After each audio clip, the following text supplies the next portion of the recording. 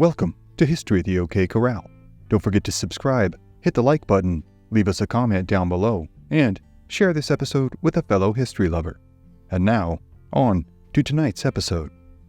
September 16th, 1776, Harlem Heights, New York. A fiery General George Washington wrestles with the inner turmoil that has been brought about following successive defeats to the invading British in the Battle of Long Island and the follow-up attack by the British at the landing at Kips Bay just the day before.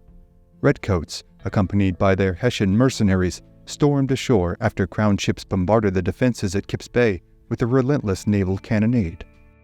The result was an abject defeat for the fledgling Americans. As men broke from their lines and retreated, many were killed or forced to quickly surrender.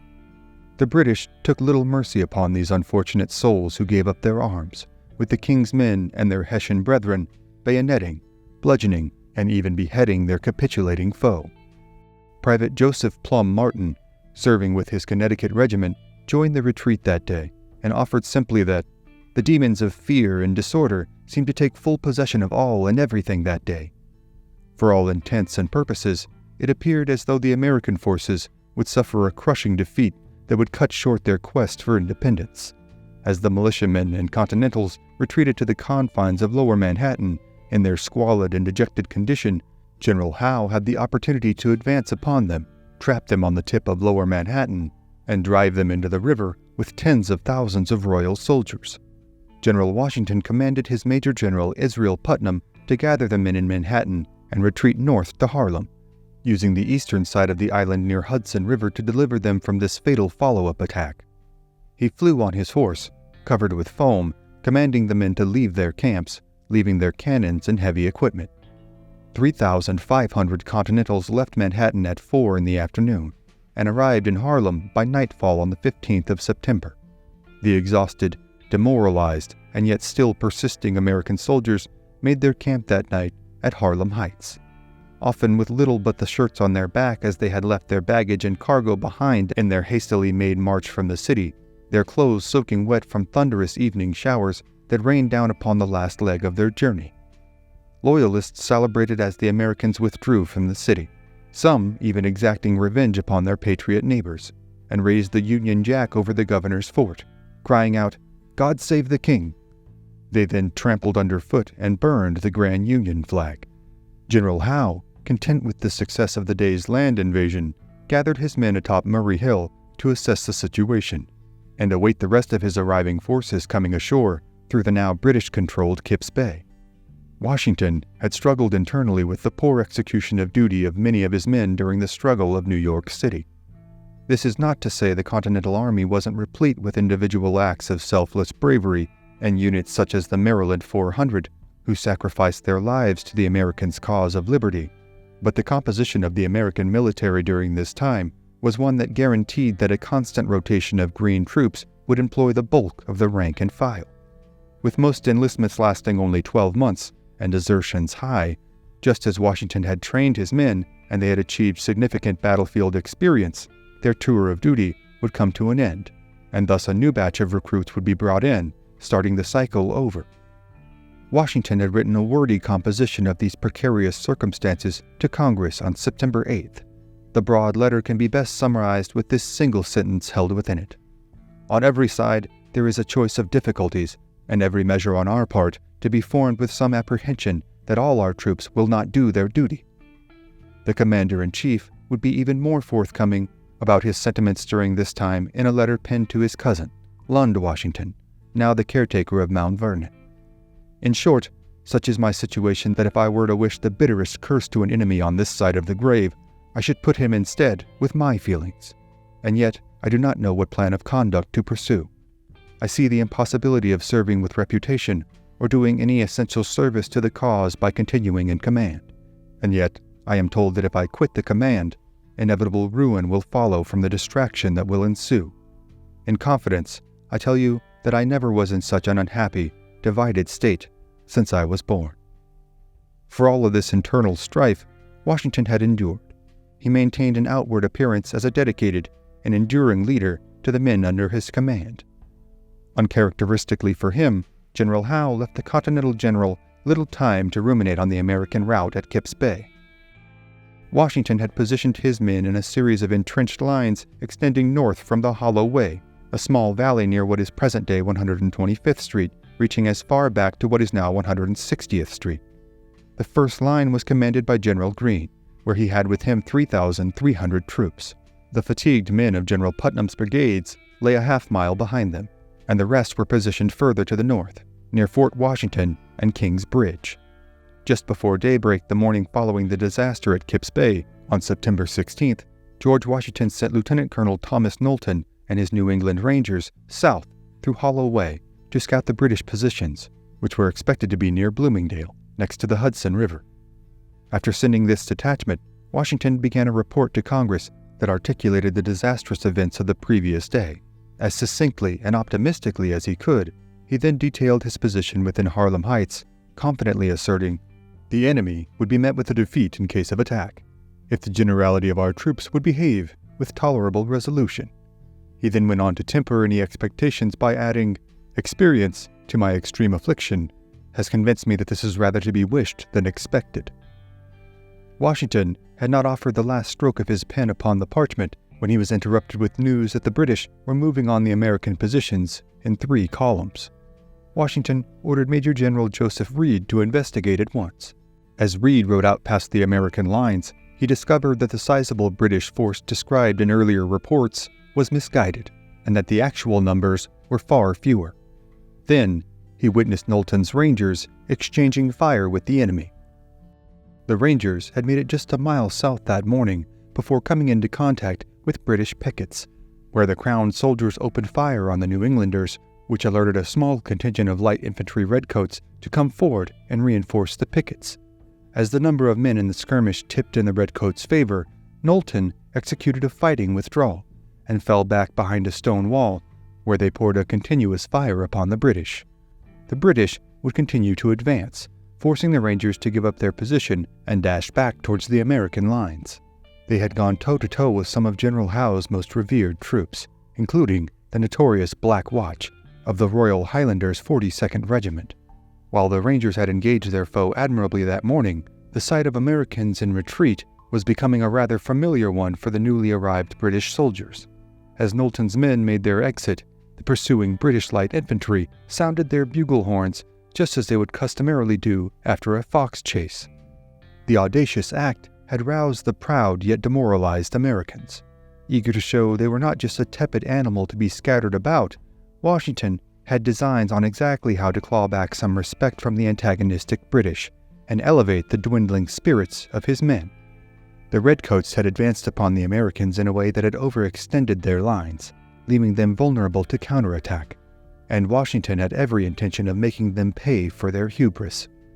The American general ordered 150 volunteers from the Brigade of Massachusetts and Rhode Island troops to attack straight at the advancing British.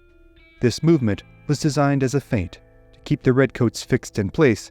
While this exchange was taking place, Washington ordered Knowlton's Rangers and 3 rifle companies from Major Leitch's 3rd Virginia to swing around the British, then attack them from the rear. Washington stated of this bold endeavor, "I formed the design of cutting off such of them as had, or might, advance to the extremity of the wood." The commander-in-chief's plan would ensnare the highly regarded British regiments, cutting them down to a man as they closed ranks upon them. As the Americans of the forward feint passed into the Hollow Way, the redcoats took the bait and moved further into the open. The British ran to and fro, from fences and rocks, positioning themselves to receive the colonial assault. But once the American column surprisingly came to a halt, the British began to advance on them in small parties. Under strict orders, the Americans were to hold their fire, but when the Crown troops were just 250 yards from their line, a young, green officer nervously let off a shot from his musket. Colonel Wheaton of the 3rd Virginia cried out for the men to hold their fire, but his words were muffled by the sounds of the rest of the American troops following suit, and they unleashed a scattered volley upon the various bands of British troops. The effect was such that it preoccupied the British for the better part of the next hour, and allowed Knowlton's Rangers to circle around the redcoats on their right, but their trajectory delivered the force not to the direct rear of the British, but to their immediate flank. The fatal impact of the attack had been diminished by the miscalculation. yet it still delivered one of the greatest American offensive moves the young war had seen yet to date. Knowlton led his men in a charge of the enemy, with the Rangers unleashing a vicious fire. In this opening exchange of the surprise attack, Leitch was struck twice with British musket fire. He stayed on his feet and valiantly urged his men forward. A third shot brought him to the ground, and he was carried from the field in agony and mortally wounded. Knowlton would then be struck by a musket ball that tore through his lower back and dropped him to the ground. Captain Stephen Brown would come to his aid, asking the colonel the severity of his wound. Knowlton confirmed its significance, but stressed, "I do not value my life if we do but get the day." Knowlton was carried to the back of the line. Joseph Reed placed the leader of the Rangers upon his own horse. It was clear to Reed he had suffered a mortal wound, but he remembered of the colonel, when gasping in the agonies of death, all his inquiry was if we had driven in the enemy. Within the hour, Lieutenant Colonel Thomas Knowlton was dead. The multi-front attack had left the British reeling, and sensing that victory was at hand, Washington sent forth more troops to the fight. Regiments from Maryland and Connecticut arrived to the front lines, then at once delivered a ferocious attack upon their cross-Atlantic adversaries. Though they were relatively green soldiers, they had no qualms in taking full advantage of being on the upper-handed side of a battle at long last. The increased pressure began to drive some of the British into the woods. Others broke ranks and headed south into the wheat fields, yet their officers would succeed in rallying them, and reinforcements for the British arrived in varying stages of consequence as a stand-up firefight ensued for the next 2 hours. With munitions for both sides dwindling, Washington grew concerned of a potential British counterattack, and he sent an officer to the front with orders for the Americans to disengage and return to their defensive lines. 33 Americans were killed in the fighting, with more than 100 additional men wounded. The British, however, suffered the brunt of the exchange. Official numbers on losses written by General Howe and his British counterparts were often intentionally misleading, but based on the observable battlefield dead and the dozens of large bloodstains that adorned the former British positions of the engagement, it is estimated the Crown had suffered as many as 300 casualties that mid-September day. In stark contrast to their condition just hours before, the Americans left the battlefield with a spring in their step, giving a triumphant hurrah in unison as they made their way back towards the Harlem Heights encampments. Washington made note of this marked change in demeanor, and what may have been, at least in spirit, the salvation of his emerging army. He wrote, "A surprising and most incredible effect upon our whole army. Every visage was seen to brighten, and to assume, instead of the gloom and despair, the glow of animation." In the aftermath of the American troops' withdrawal from New York City, a fire was set on the morning of September 21st near the southern tip of Manhattan. The flames soon raged north, consuming over 1,000 homes, and only a southeasterly wind that corralled the flames near the river prevented the entire city from being razed. The British suspected the fire was the act of turncoat arsonists, and in a fervor rounded up over 200 patriot rebels. Many were lynched by loyalists. The British could not gather enough evidence to render a conviction on any of the Americans for the fire, though they would capture one of Washington's spies, Nathan Hale, on the evening after the fire. Hale was a member of Knowlton's Rangers, and the recently deceased lieutenant colonel had been tasked with developing a spy ring on Washington's behalf. The young Nathan Hale had been reconnoitering on behalf of the Americans in New York City, and the loss of both men would be a blow to the newly developed intelligence operation of the commander-in-chief. Undercover as a Dutch schoolteacher, Hale had been found to have incriminating documents on his person after he had been detained. Nathan Hale was executed by hanging the following day, and famously offered these last words before his sentence was carried out: "My only regret is that I have but one life to lose for my country." Washington would enjoy hearing the reports of the Manhattan fire, and state he wished more of the city had been burned, but he would never officially be connected to the cause of it, and it's unlikely he would have foregone the orders from Congress to commission it.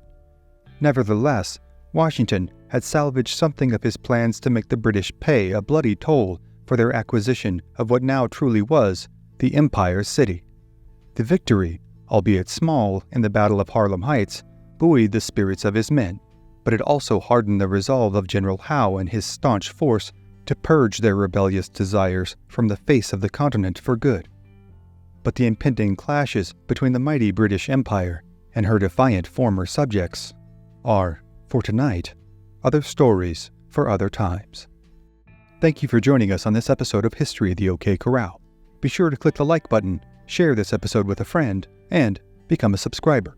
Also, if you'd like to support our work and gain early access to episodes, as well as ad-free viewing, you can become a member of this channel by clicking on the Join button, or click the link in the description below to become a member on Patreon. Thank you again for watching, and we'll see you next time on History at the OK Corral, home of history's greatest shootouts and showdowns.